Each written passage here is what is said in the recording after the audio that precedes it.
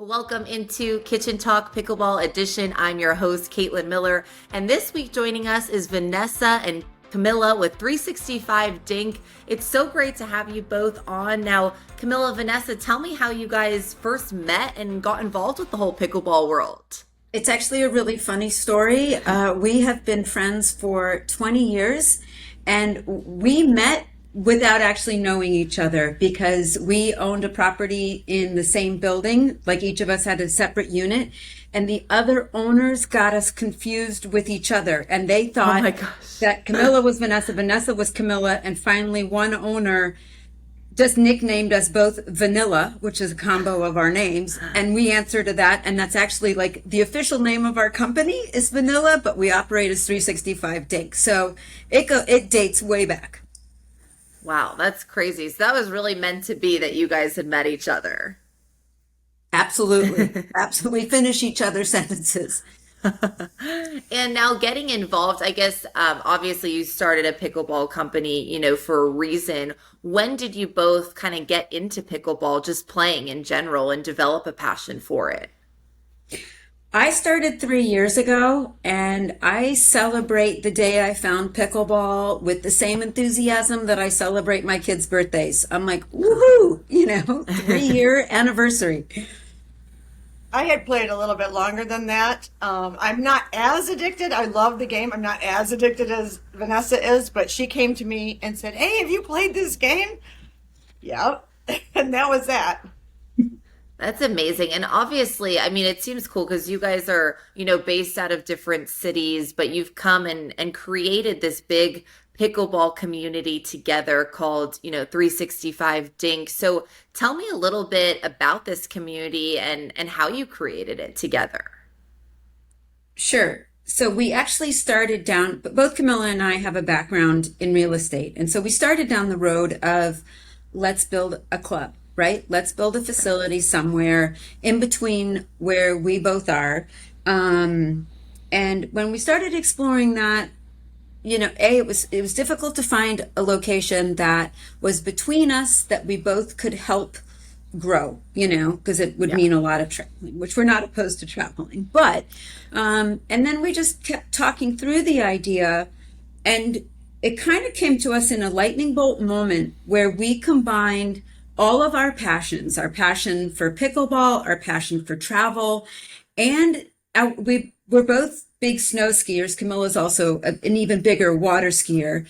But combining all of those into 365 Dink and the concept of this multi-club membership. So like the Epic Ski Pass, for example, right? You buy a pass here, but then you get to use it at all of the resorts that are in the Epic Pass.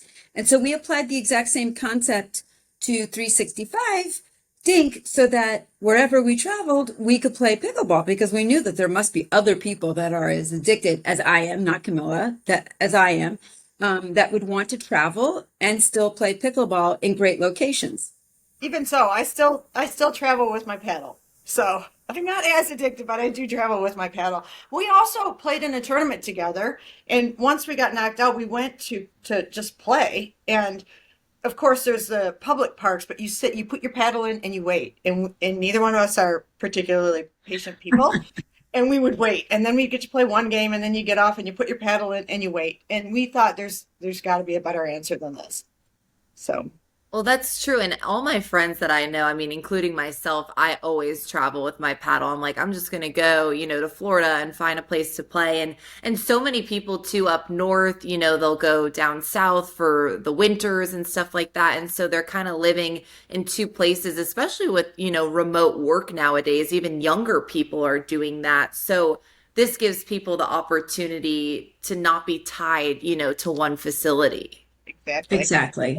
And to try out, even in their local area, to try out other clubs to see, what do they like? Definitely. And so how do you become, a member and how does that work?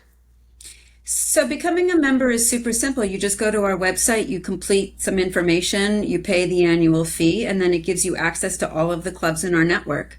And then to become a member for the club side, it's the same thing. It's like a parallel platform where the club signs up and they put in all of their amenities. They create their profile, so the traveling pickleball player is attracted to their club and wants to come play in their club. And the bonus is that they get treated like a member. You know, the players get treated like a member at these clubs. And for the clubs, we're bringing them pickleball players that they wouldn't necessarily have had access to, right? Because they're traveling or they're still shopping around for clubs, or they've been invited by a member of that club and now they're going to try out this club because they have the opportunity to. That's amazing. And when you approach these venues too, I'm sure, I mean, I've personally never heard of another company doing what you guys are doing. So, I'm sure they were excited to hear about like how has it been working with all the different facilities across the country?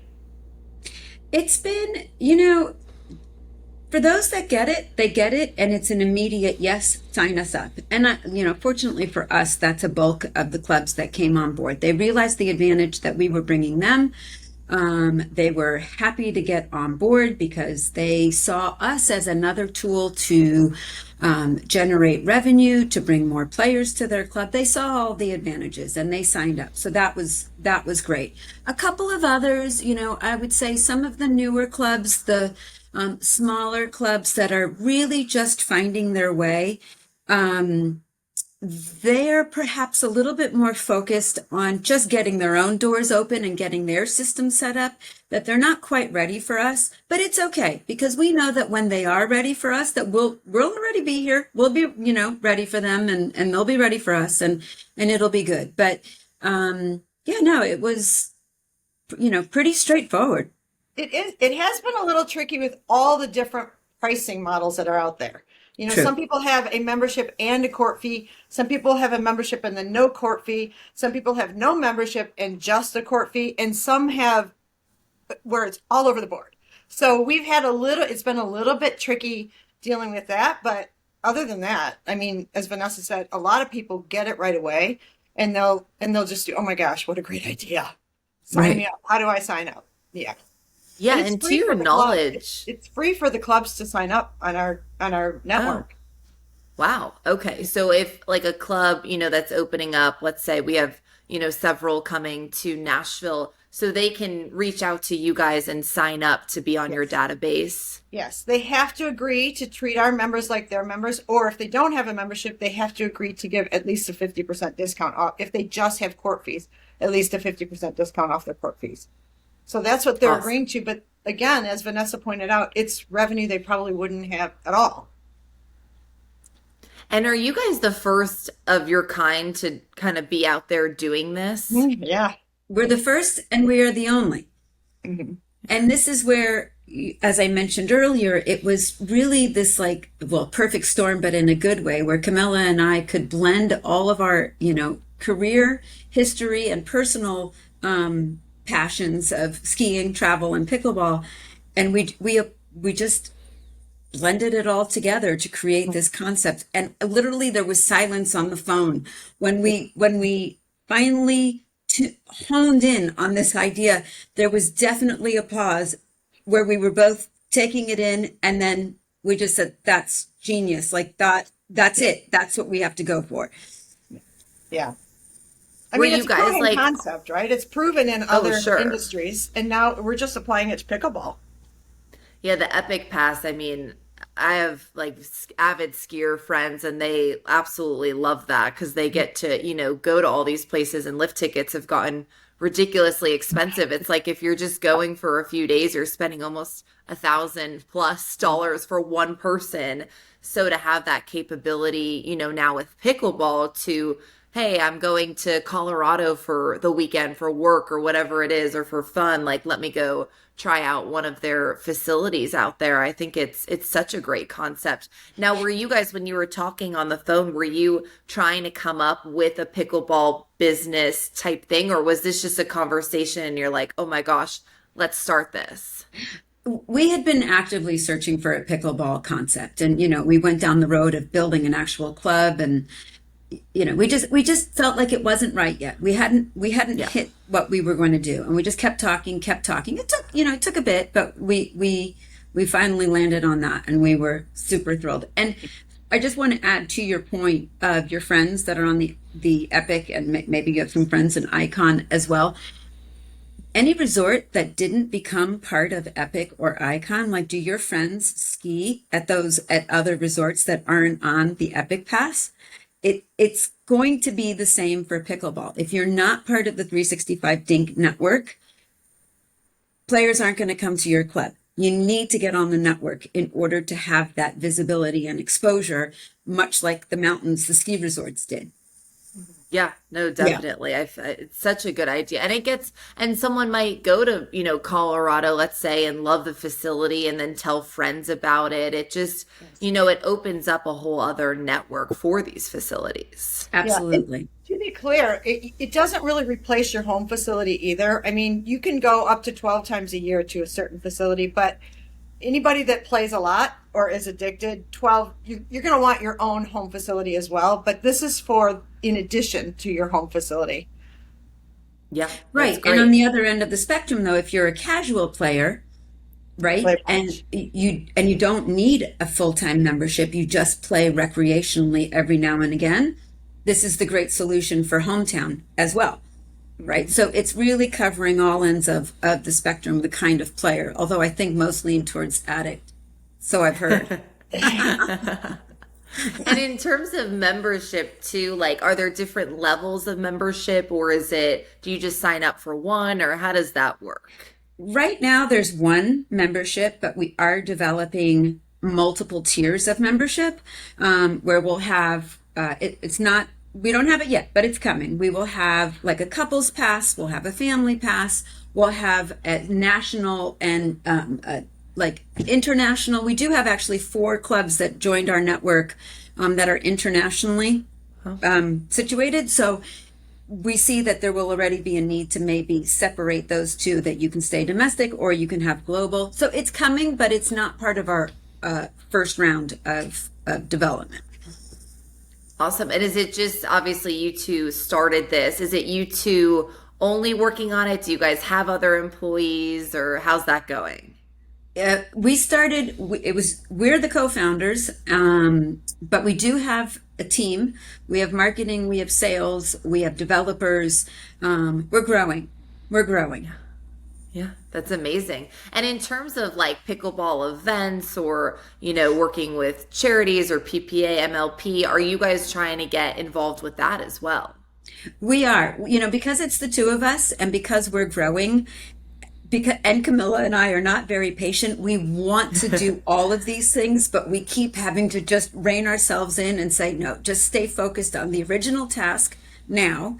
And we already know what the future looks like for our company, but we just have to stay on target and build, at the rate that is healthy for us to build, and not get too diversified or too spread thin. So I still have kids at home. I wear a mom hat too, and we just have to focus.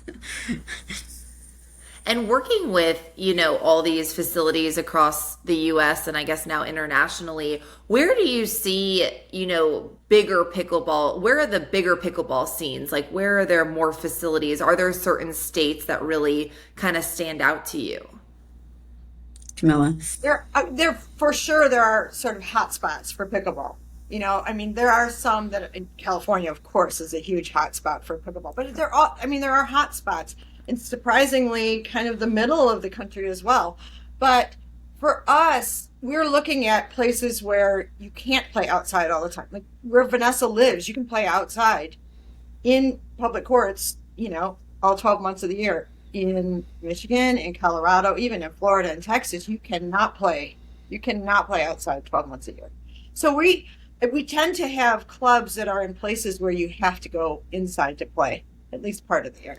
We also, Yeah. though, we have a bunch of them in California.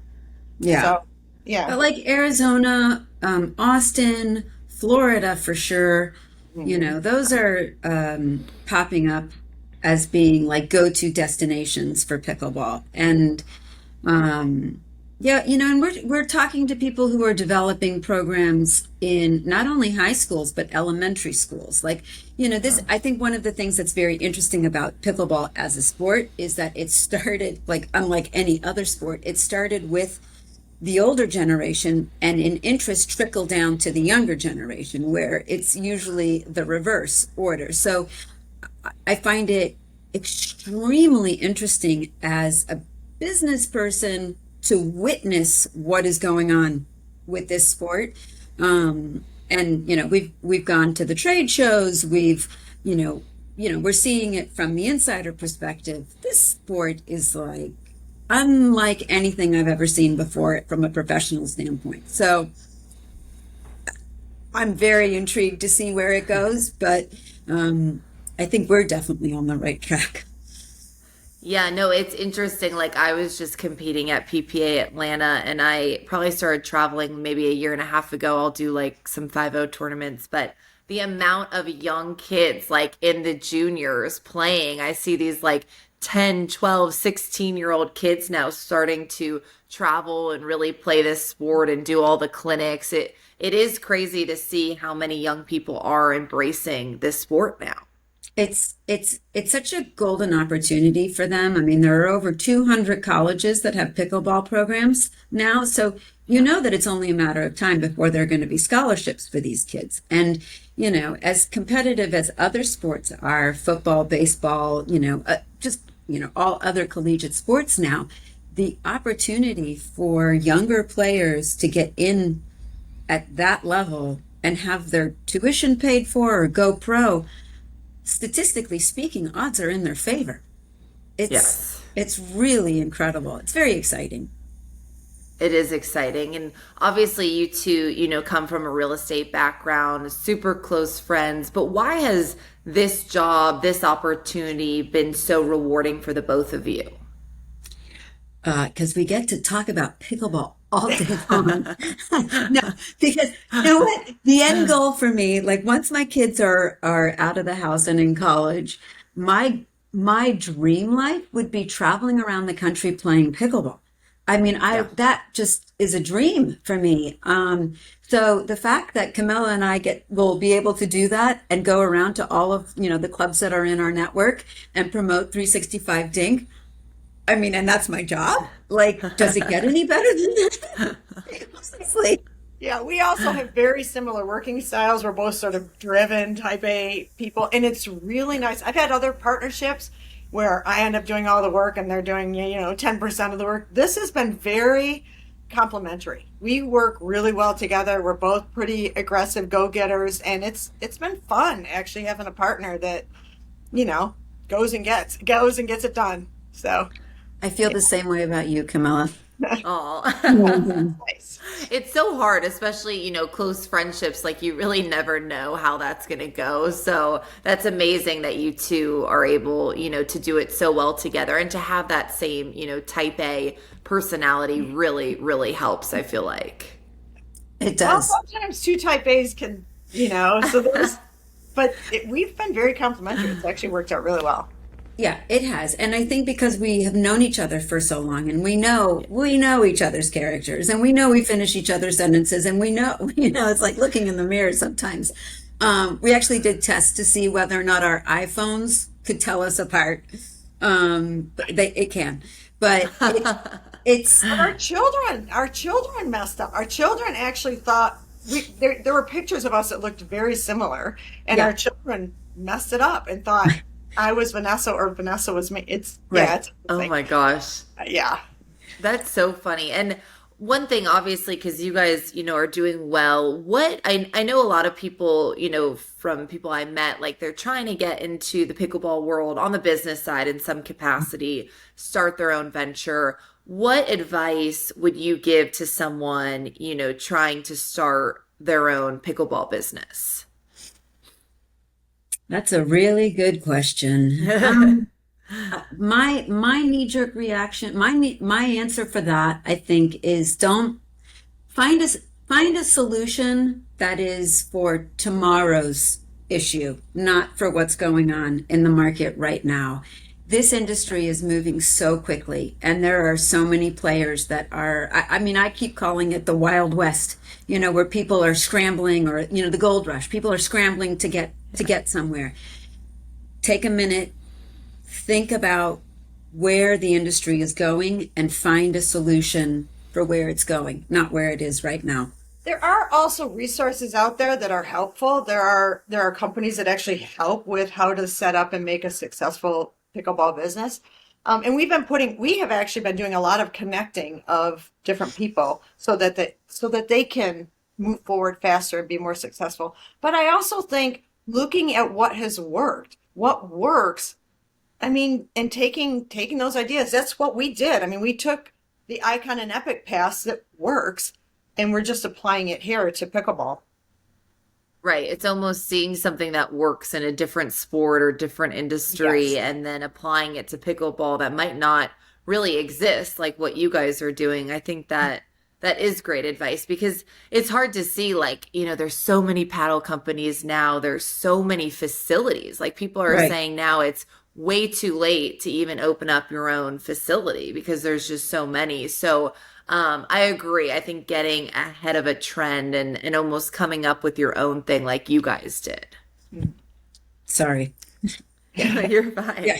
I mean, what obviously you guys are moving fast. What are some short-term and long-term goals you have for 365 Dink?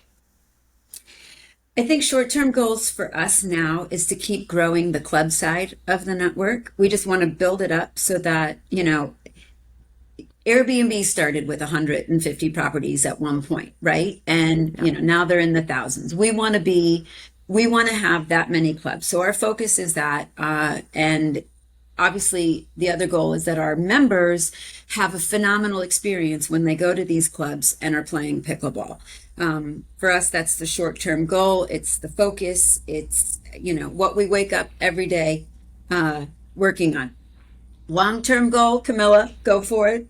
Oh, we have several long-term goals, but we also haven't mentioned the welcome court. Vanessa and I also have come up with a concept called the welcome court. And one of the things long-term is we want to help the growth of pickleball. We want to see this community continue to be successful.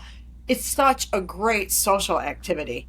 And one of the things that we realize, neither Vanessa nor I, we're not intimidated women, but a lot of women are. And so going into a new facility that you haven't been in before, a lot of people are really intimidated. So we came up with this concept of welcome court, the welcome court. And there's a section of the club that you would go to if you participate in the welcome court where they will tell you, okay, Oceanside always serves first, or what, those little rules that aren't really Right. game rules, but they're local customs. Anyway, so we came up with that as well, and I think that fits in with our longer term goal of just helping the community of pickleball to continue to thrive.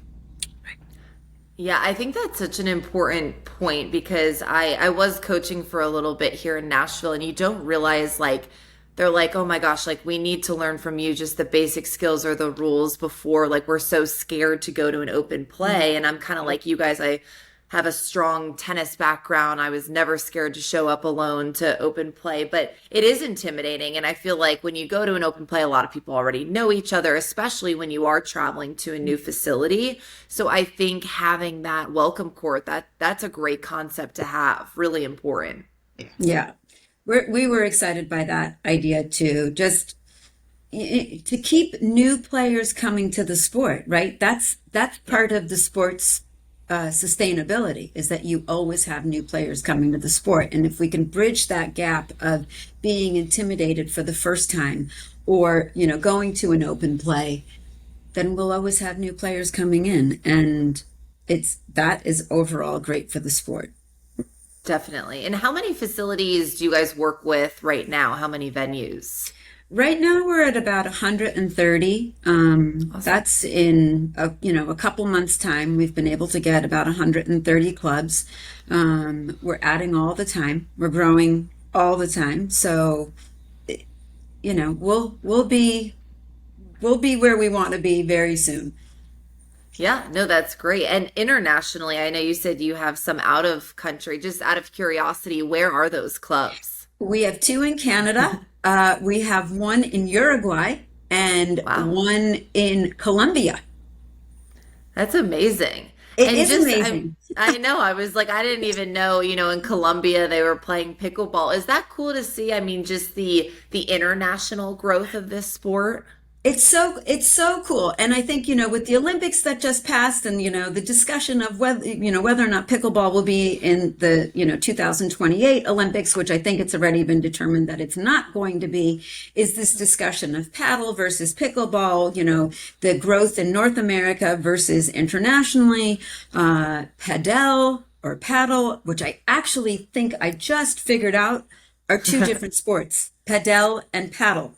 And paddle tennis. Yeah, yeah, yeah, yeah. Because I do play a little bit of paddle tennis is also known as platform tennis. It's Uh, it's so confusing. There's so many racket sports. Yeah, there are. But I know that England is growing quite quickly in the pickleball Yes. format.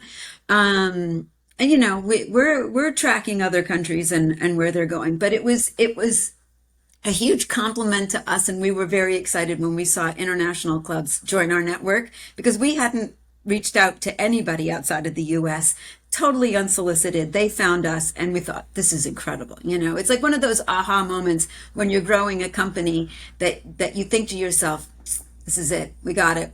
This is gonna work.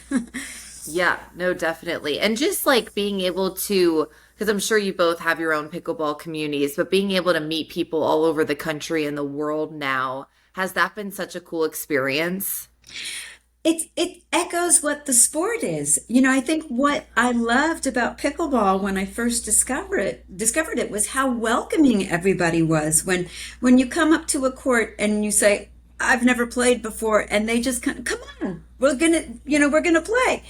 And so to be able to travel the world and meet other pickleball players and say, I've never played at these courts before, and to see that spirit and the kindness of players, I think a lot of world problems could be solved by pickleball. But yeah, it's been great to meet people. And like the paddle, we all know it's so easy to fit it in your carry-on bag. It's not a big ask to get it in there.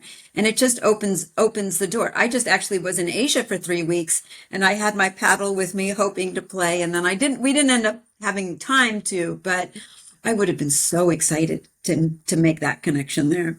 It's not just when you travel either. I've moved. I've moved from state to state multiple times. And when you move into a new community or a new state, especially, single woman, kids out of the house, it is difficult to form a community, but pickleball has made it really easy to form a local community with people and, get friends, probably friends for life. Yeah. No, definitely. Well, Camilla, Vanessa, thank you so much for coming on. Everyone, go check out 365 Dink, join that amazing community, and stay tuned to see who will join us in the kitchen next time.